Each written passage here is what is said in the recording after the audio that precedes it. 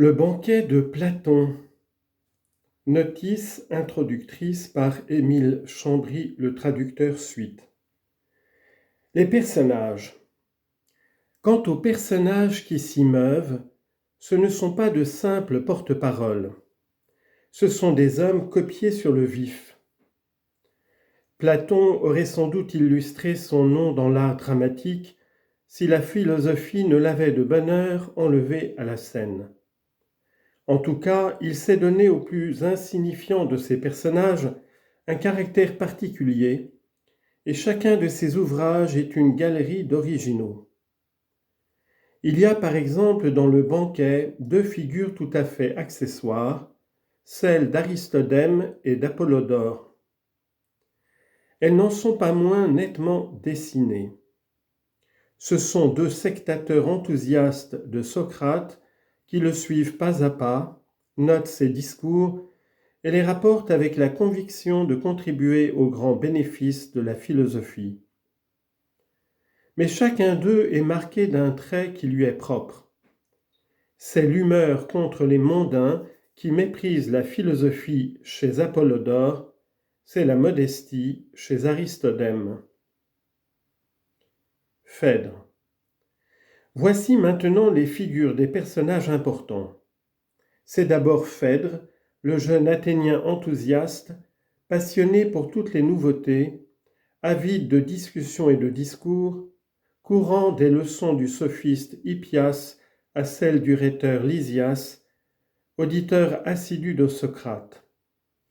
Tel nous le voyons dans le Phèdre, tel nous le retrouvons ici. Pausanias. C'est ensuite Pausanias, l'amant d'Agathon, fougueux sectateur du plaisir sensuel dont il s'était fait le défenseur dans un traité donné au public. Platon adoucit la crudité de ses opinions et couvre d'un spécieux prétexte sa passion grossière, car il ne faut pas qu'il se trouve en opposition avec Socrate et rompe par sa brutalité l'harmonie générale de l'ouvrage. Il se présente donc comme un partisan résolu de l'amour des garçons, mais il y met de la décence. Il est habile à manier la parole et versé dans l'art des distinctions subtiles. C'est un bon disciple d'Isocrate. Éryximach. Éryximach est le pédant de la compagnie.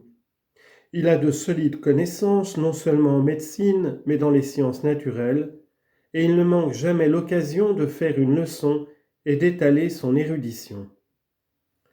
L'humeur maligne d'Aristophane se donne carrière à ses dépens, mais avec l'urbanité qui convient dans une réunion d'honnêtes gens. Aristophane. Platon a copié sur le vif la manière d'Aristophane.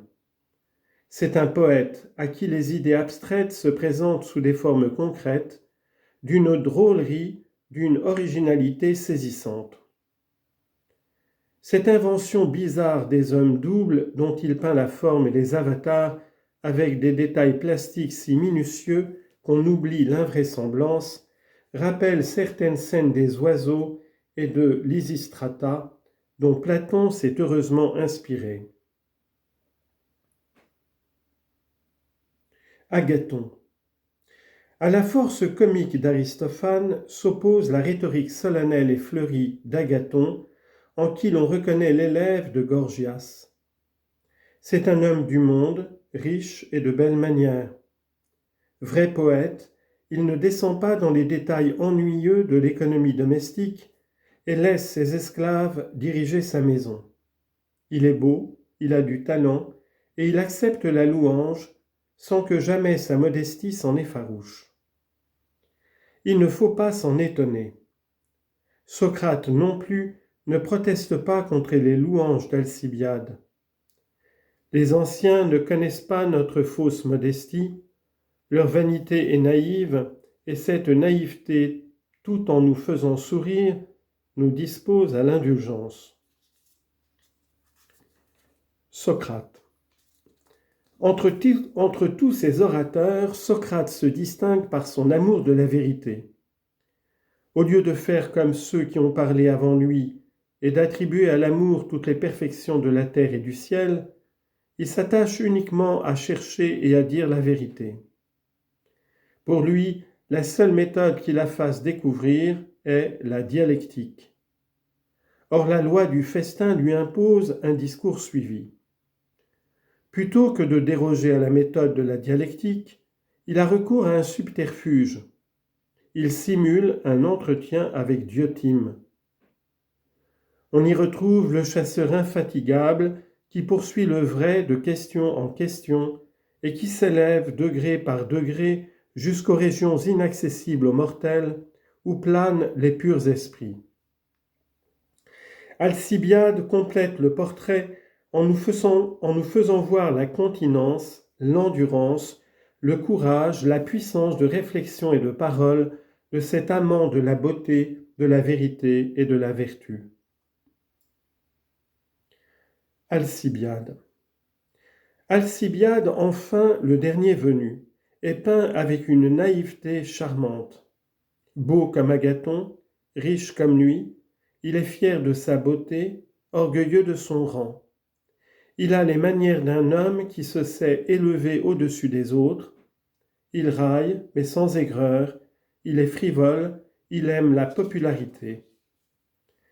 Mais comme il nous plaît par sa belle humeur, la franchise avec laquelle il avoue ses défauts et ses inconséquences, et surtout son admiration enthousiaste pour Socrate, qui révèle le plus beau naturel.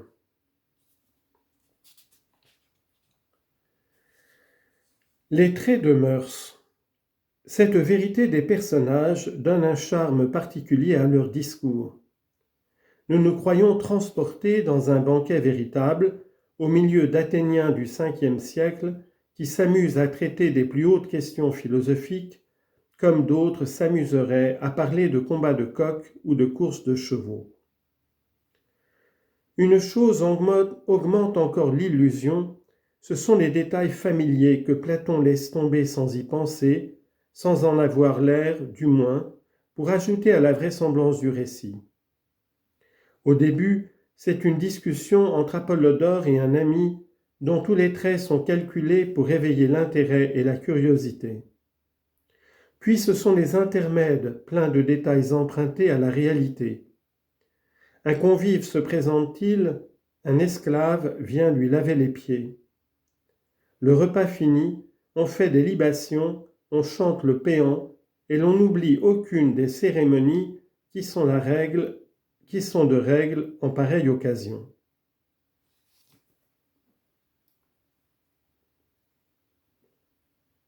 Dans le cours de la réunion, Alcibiade arrive avec une bande de joyeux buveurs soutenus par une joueuse de flûte.